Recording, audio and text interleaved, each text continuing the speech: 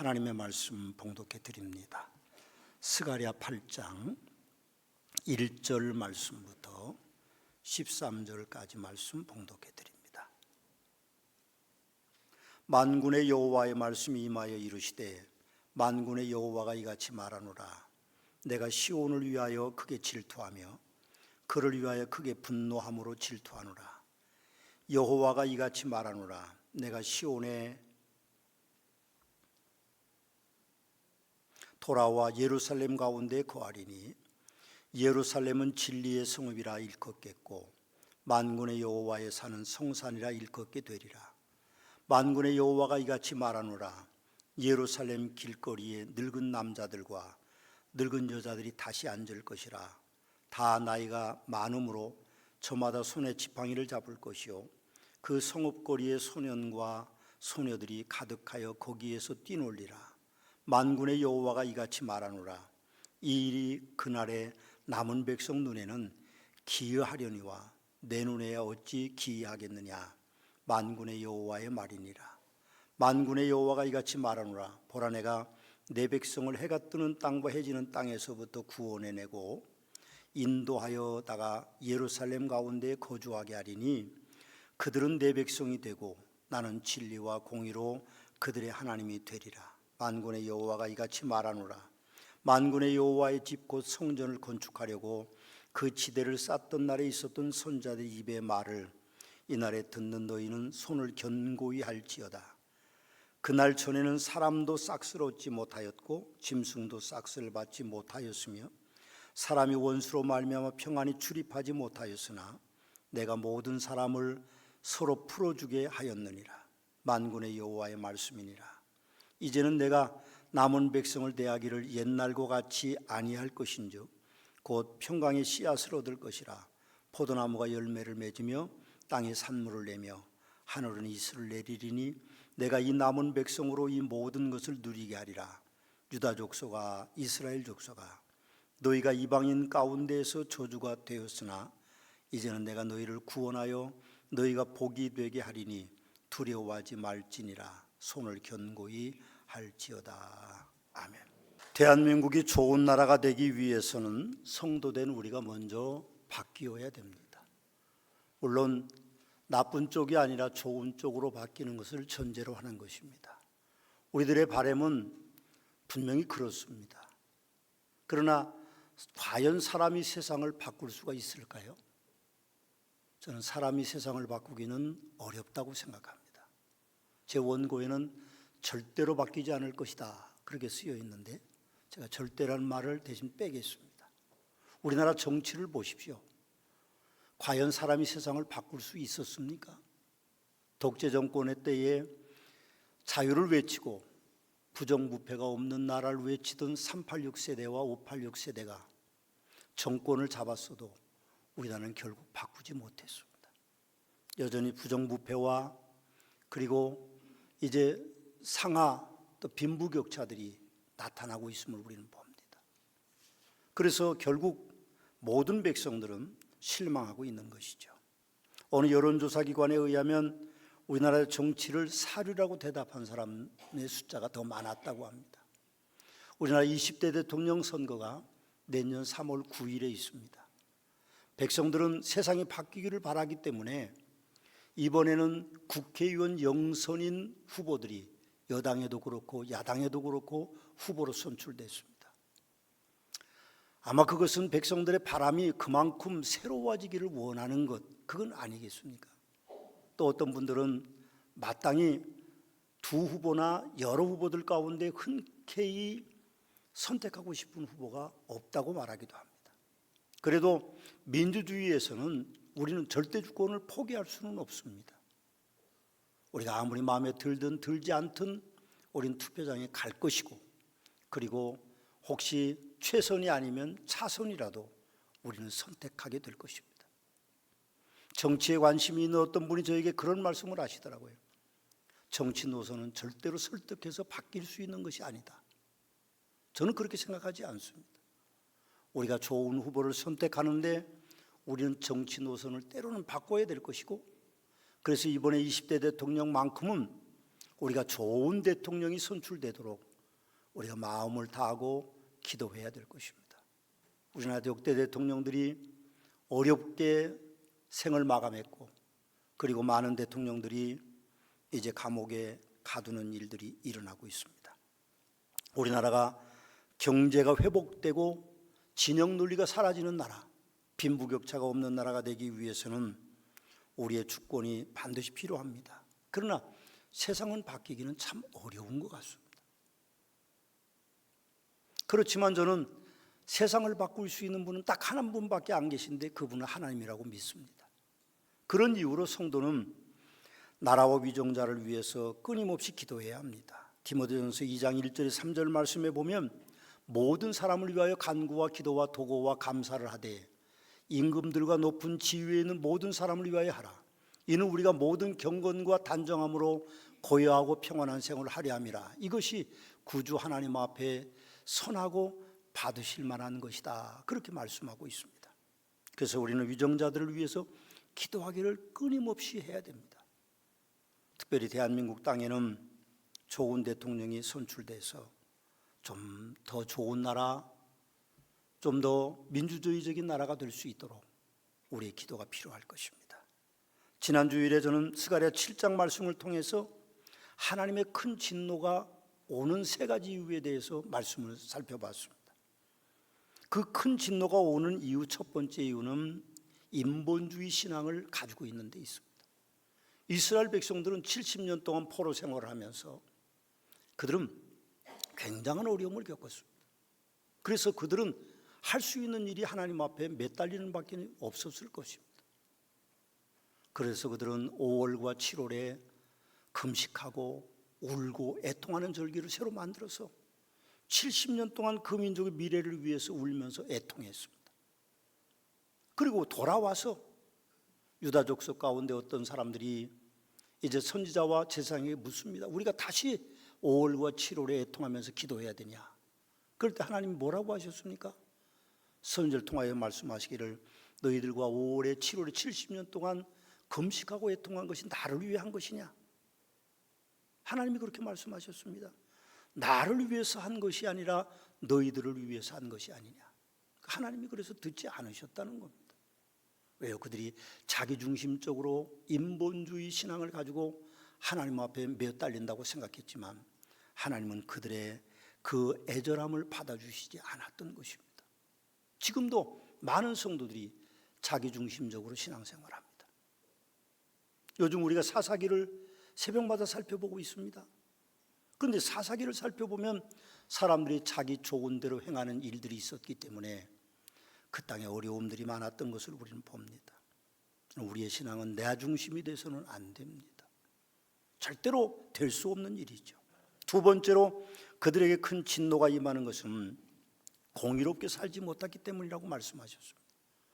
그 백성들은 진실한 재판을 행하며 서로 인애와 긍휼과 그런 것들을 베풀며 고아와 과부와 나그네와 궁핍한 자를 압제하지 말아야 되는데 서로 해하려고 하고 그들에게 공의를 베풀지 않는 그런 일들이 있었기 때문에 하나님께서 그들에게 큰 진노를 내리셨다고 말씀하고 있습니다.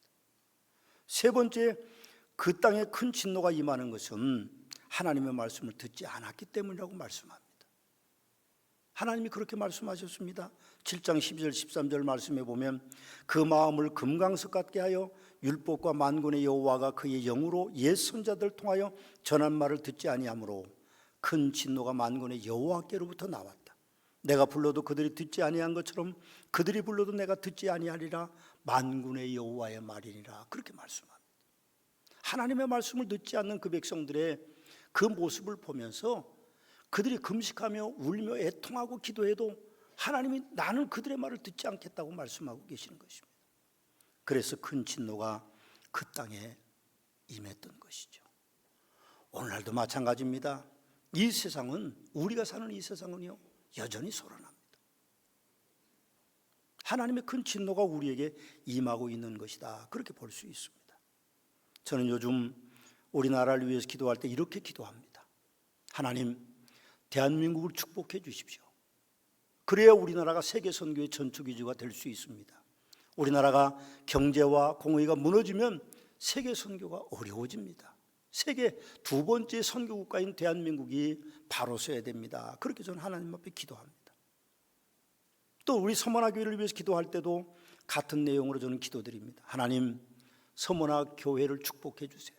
그래야 서머나 교회가 땅끝까지 선교할 수 있습니다. 서머나 교회 부흥되지 않으면 선교하는 교회가 절대로 될 수 없을 것입니다. 하나님, 서머나 교회를 부흥시켜 주세요. 그렇게 저는 기도하고 있습니다.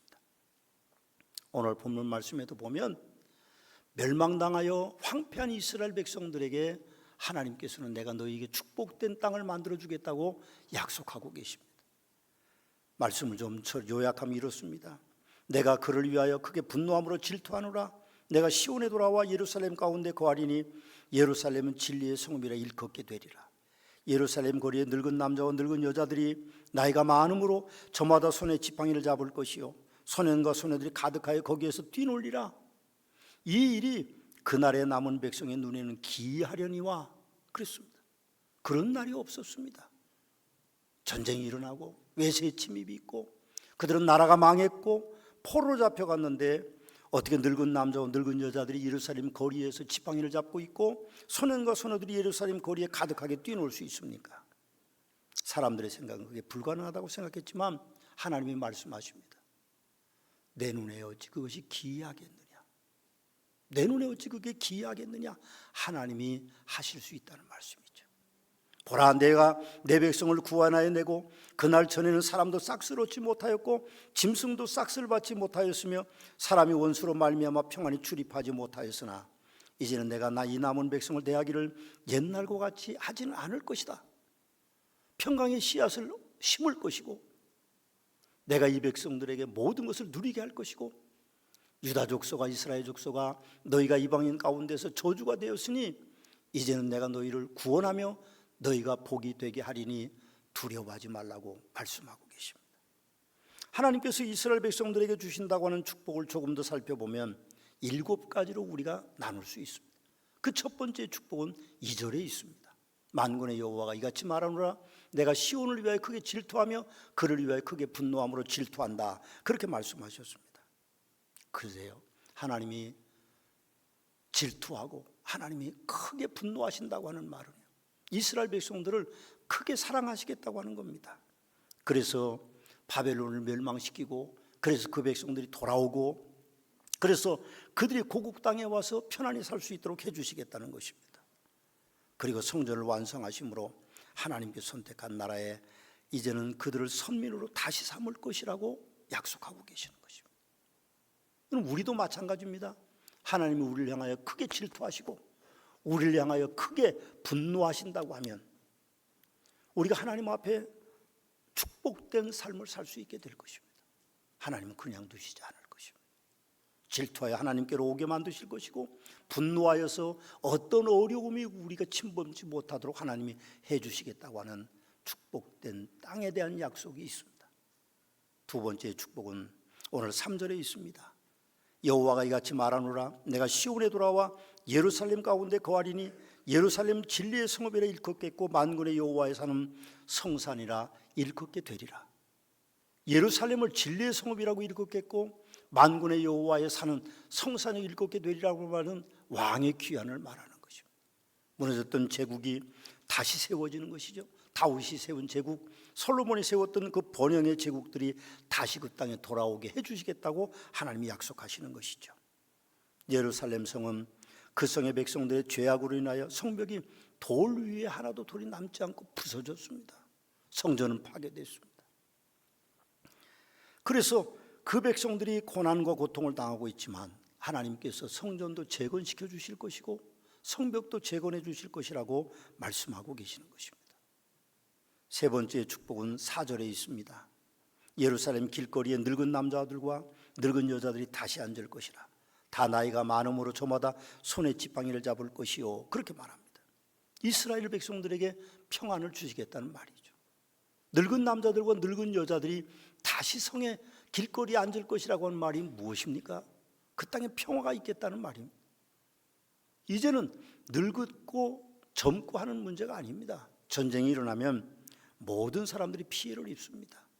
그리고 붙들려 가죠. 살아남은 사람들은 붙들려 갑니다. 그러나 하나님께서 늙은 남자와 늙은 여자를 예루살렘 성에 앉아있게 하시겠다고 말하는데 특별히 그들의 손에는 지팡이가 잡혀있다고 그랬습니다. 나이가 많다는 뜻일 것입니다.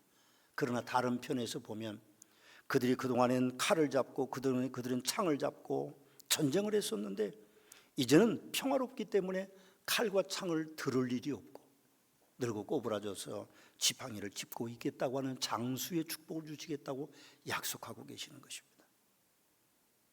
네 번째 축복은 5절에 있습니다.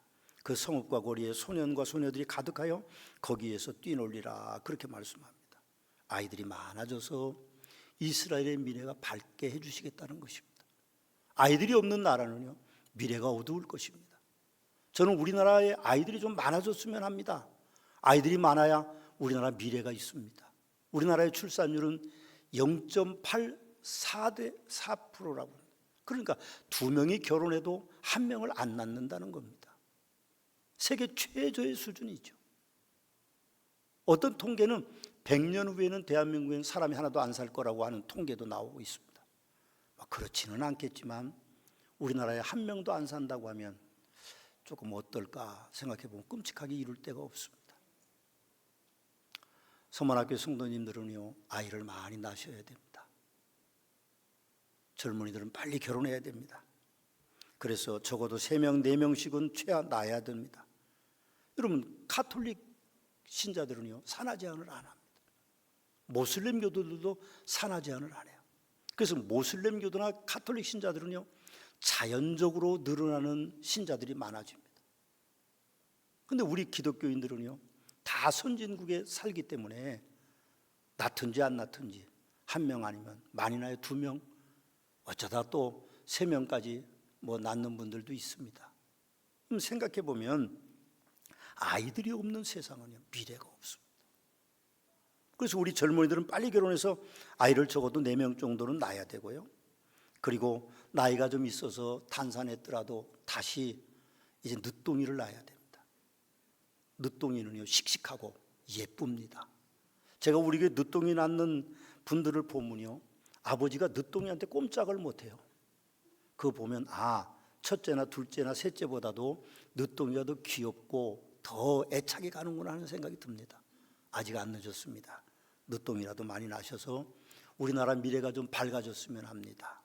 여러분 서문화교회도 아이들이 많아야 미래가 있는 교회가 됩니다.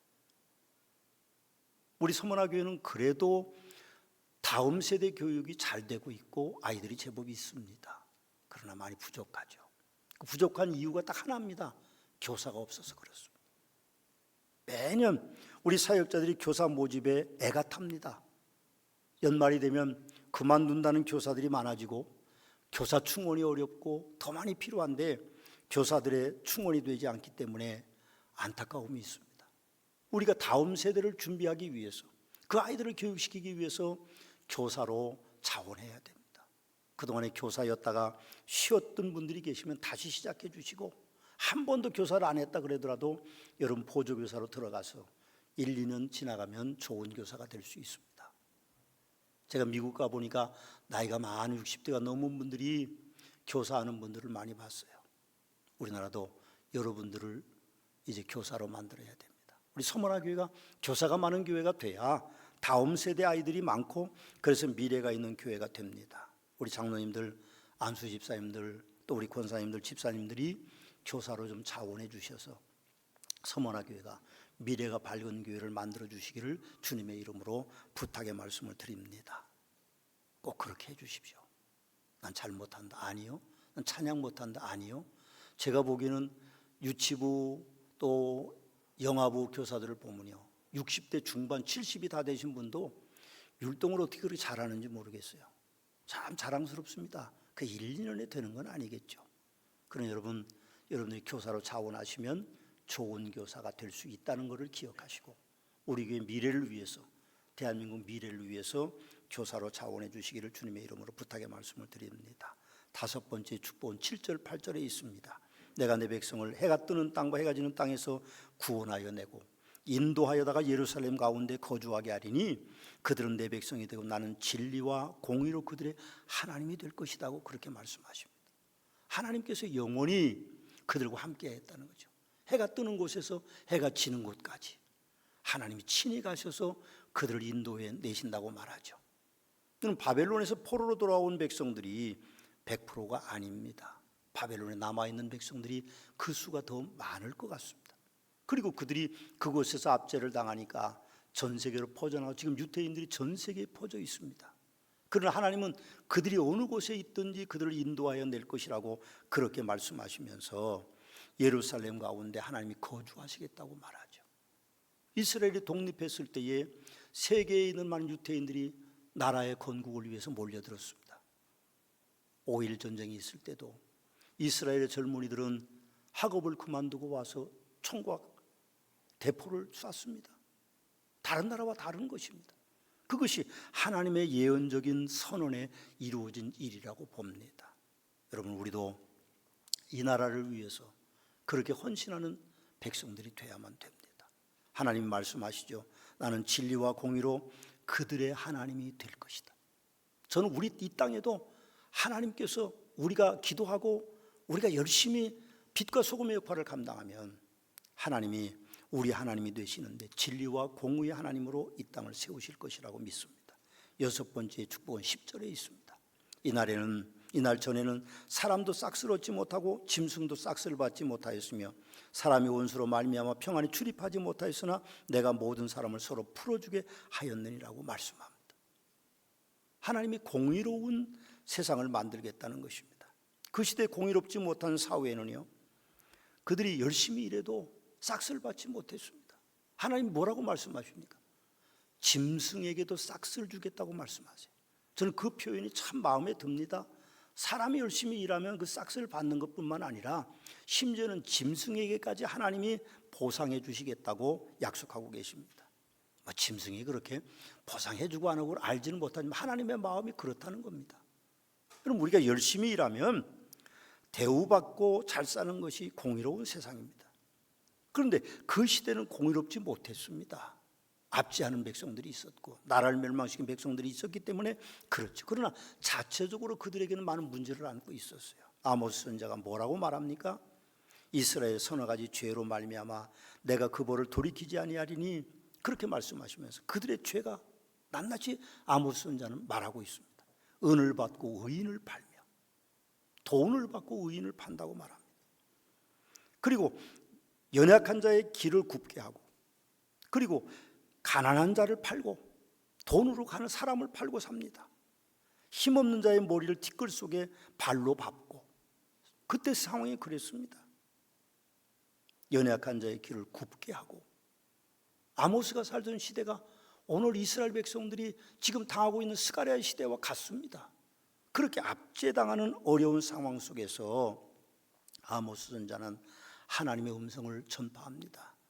오직 정의를 물같이 공의를 말하지 않는 강같이 흐르게 할지어다라고 하는 하나님의 음성이 들리는 것이죠. 그럼 우리는 그렇게 높은 위치에 있지 않기 때문에 누구를 압제하고 그렇지는 않습니다. 그러나 돌이켜보면 압제하는 것이죠. 제가 오늘 1부 예배 마치고 우리 협동 목사님들하고 차를 마셨습니다. 사모님들이 뒷줄에 앉으셨어요. 사모님 마스크를 딱 쓰시고 오래 사시려고 그러는지 딱 마스크를 쓰시고 차도 안 마신다고 그랬습니다. 제가 우스갯소리로 그랬습니다. 조선시대 여자분들만 오셨네요. 뒤에 앉아 계십니다. 완전히 뒤에. 같은 의자에 앉지도 않아요. 여러분 생각해 보면 우리 한국 사회가 그렇습니다.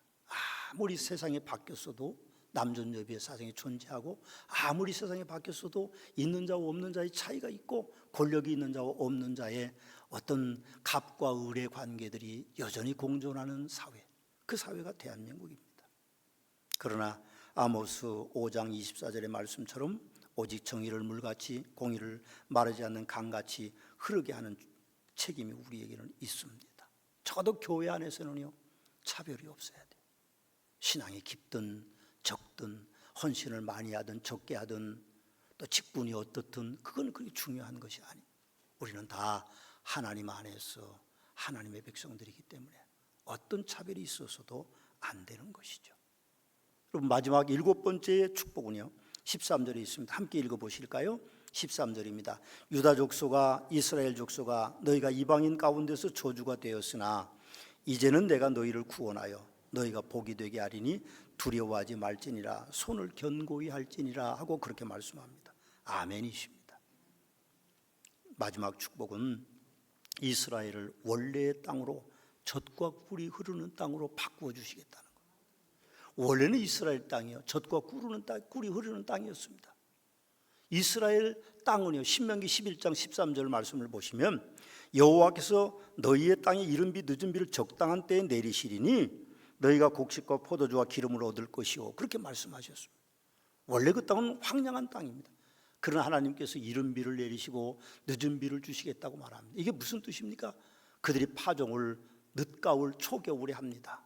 그때 비가 오지 않으면 싹시 트지를 못합니다. 그리고 봄이 돼서 비가 내리지 않으면 그 곡물이 자라지를 못하는 것이죠. 근데 하나님께서 항상 그 백성들에게 이른 비와 늦은 비를 주신다고 약속했어요. 그러면 풍요로움이 있는 것입니다. 그 땅에. 요즘 우리나라에도 쓸데없는 비가 많이 와서 김장 걱정이 지금 태산입니다. 적당한 때에 비가 오고 적당한 때에 좀 비가 오지 않는 축복은요 하나님만이 조절하실 수 있는 것입니다. 원래 이스라엘 가나안 땅은요 아주 젖과 꿀이 흐르는 땅이었습니다. 여호수아서를 보면요 그들이 12명을 정탐꾼으로 보냅니다. 가나안 땅에. 그리고 그들이 돌아올 때 어떻게 돌아옵니까? 긴 막대기에 포도송이를 꿰가지고 오는데 둘이 어깨에 메고 올 정도로 그 땅은 풍요로운 땅이었다라고 말합니다. 그런데 지금은 그렇지 않다는 것이죠. 그런 하나님이 그 땅을 그렇게 회복시켜 주시겠다고 약속하고 계시는 것입니다. 이스라엘을 가보신 우리 성지순례 갔다 오신 분들은 알겠지만 이스라엘은 세계에서 그렇게 잘 사는 나라가 없습니다. 주인은 온통 다 황량하지만 그 땅은 풍요롭습니다. 놀랍습니다. 그 하나님의 약속이 그대로 이루어지고 있는 것이죠.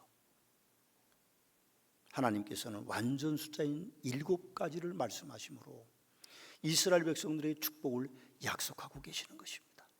저는 우리 대한민국에도 여러분 모두에게도 하나님의 그 완전한 축복이 임하게 되시기를 주님의 이름으로 축원합니다. 사랑하는 성도 여러분, 여러분께서도 축복의 땅을 얻기 위해서는 6절 말씀을 좀 유의해서 보셔야 돼요. 우리는요 환경, 가지고 있는 거, 내가 뭐 배운 거, 내가 가지고 있는 권력 그런 것들을 중요하게 여기지만 하나님이 뭐라고 말씀하십니까? 이 일이 그날에 남은 백성 눈에는 기이하려니와. 지금 하나님이 7가지를 약속하잖아요. 근데 그게 이루어질 수 있는 일이 아닙니다. 현실적으로 이루어질 수 있는 일이 절대로 아니에요. 그들의 환경으로 보면. 그래서 남은 백성들의 눈에는 기이하겠지만 하나님이 뭐라고 말씀하시면 내 눈에야 어찌 기이하겠느냐. 하나님이 하시면 하신다는 말씀입니다. 하나님께는 세상 법칙이 적용되지 않습니다. 하나님은 절대로 합리적이지 않는 분이시죠. 하나님은 절대로 보편적이시지도 않는 분이십니다. 하나님은 절대로 타당성을 가지고 일하시는 분이 아니십니다. 하나님은 절대로 공의로우시지도 않습니다. 하나님은요 사람들의 눈높이에 키를 맞추는 분이 아니에요. 그분은 스스로 계시는 분이십니다. 만물을 창조하신 그분이 원하시는 일은 이룰 수 있다고 말씀하고 계시는 것입니다. 하나님은 그냥 하나님이실 뿐입니다. 그런데 사람들은 그걸 믿었을까요? 믿지 않았을 것입니다. 그럼 우리는 믿어야 됩니다. 하나님이 우리에게 축복해 주신다고 하시면 우리는 그 축복을 아멘으로 받으셔야 됩니다. 아멘이십니까? 아멘, 아멘, 아멘이십니다. 하나님이 우리에게 축복해 주십니다. 그 한 예로 하나님께 불만과 불평을 하지만 사람들은요 하나님께서는 자기 백성들에게만 축복해 주십니다. 자기 백성이라는 표현은요 하나님의 말씀대로 사는 자에게는 하나님 축복해 주십니다. 하나님께는 거저가 없습니다. 뿌린 대로 거두시는 것입니다. 여러분 어떻게 믿으시든지 그 축복이 여러분들에게 오고 있다는 말씀입니다. 우리는요 내가 잘한다고 그리고 내가 열심히 하고 있다고 자기가 지혜롭게 살아가고 있다고 자기가 때를 잘 맞추고 있다고 자기가 혹시 투자를 잘하고 있다고 내가 의롭게 살고 있다고 그렇게 말합니다만 모두가 축복받는 것은 아닙니다. 그럼 명심해서 들으십시오. 하나님 축복해 주는 자만 복을 받습니다. 그런 이유로 우리 조상들은요, 큰 부자는 하늘이 내는 거라고 말씀하시기도 했습니다. 저는 오랜 동안 목회를 하고 있습니다. 이제 몇 년 안 있으면 제가 신학교까지 따지면 50년이 됩니다. 근데 성도님들이 잘 되시는 것을 제가 많이 봤고 또 그렇지 않는 경우들도 많이 봤습니다. 그러나 절대적으로 하나님이 복을 주셔야 복을 받는 거지, 내가 잘하고 내가 뭘 어떻게 하고 내가 뭘 어떻게 하고 내가 뭘 어떻게 하고 그래서 복을 받는 것이 아니라는 것입니다. 저는 그렇게 믿고 싶습니다. 우리 서문학교의 모든 성도님들이 하나님의 축복의 땅에 대한 약속을 믿으시고 말씀대로 사셔서 축복의 땅에 거하는 복된 성도들이 되시기를 주님의 이름으로 축원합니다. 기도하시겠습니다. 이제는 우리 주 예수 그리스도의 은혜와 아버지 하나님의 극진하신 사랑하심과 성령님의 감화 감동 역사하심의 은총이 축복의 땅에 거하기 원하는 서문화교의 모든 성도들을 위해 축복의 하나님으로 함께 계시옵기를 축원하옵나이다. 아멘.